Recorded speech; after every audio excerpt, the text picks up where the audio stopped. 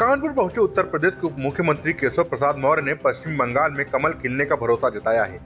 Media से बातचीत करते हुए उन्होंने कहा है कि 5 राज्यों में होने वाले चुनाव पर पहले ऐलान होने दें, लेकिन उन्होंने कहा कि पश्चिम बंगाल में भाजपा 200 से ज्यादा सीटें जीतने जा रही है और टीएमसी की विदाई होने जा रही है।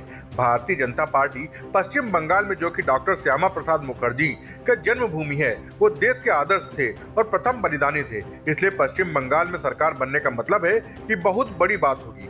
उन्होंने कहा कि 100 में से 60% हमारा है, बाकी 40% में बंटवारा है और बंटवारे में भी हमारा है। उन्होंने कहा है कि कोई सेकुलर फ्रंट तैयार हो जाए, साजिश कर ले, चाहे विरोध कर ले, लेकिन वहां पर भाजपा की आंधी नहीं, तूफान चल रहा है।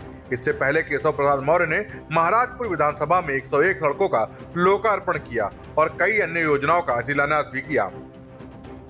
सभी चुनावों को गंभीरता से लड़ने की तैयारी में है, लेकिन ऐलान होने के बाद ही कुछ बोलना ठीक रहेगा। लेकिन पश्चिम बंगाल में चूंकि चुनाव की दृष्टि से मैं पार्टी के निर्देश पर लगा हुआ हूं, ये बता सकता हूं कि वहां पर हम 200 से अधिक सीटें जीतने जा रहे हैं। टीएमसी की विदाई होने जा रही है और भारतीय जनता पार्टी पश्चिम बंगाल में डॉक्टर श्यामा प्रसाद मुखर्जी जी की जन्मभूमि है और वो हमारे आदर्श थे और देश के हित में प्रथम बलिदानी थे स्वतंत्र भारत के इतिहास में। तो हमारी पश्चिम बंगाल में सरकार बनने का मतलब है बहुत बड़ी बात होगी और हमारे लिए खुशी की बात है।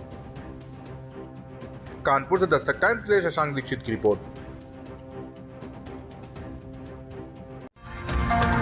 ताजा तरीन खबरों के लिए सब्सक्राइब करना ना भूलें दस्तक टाइम्स। बेल आइकन दबाकर पाएं देश विदेश की लेटेस्ट खबरों की नोटिफिकेशन।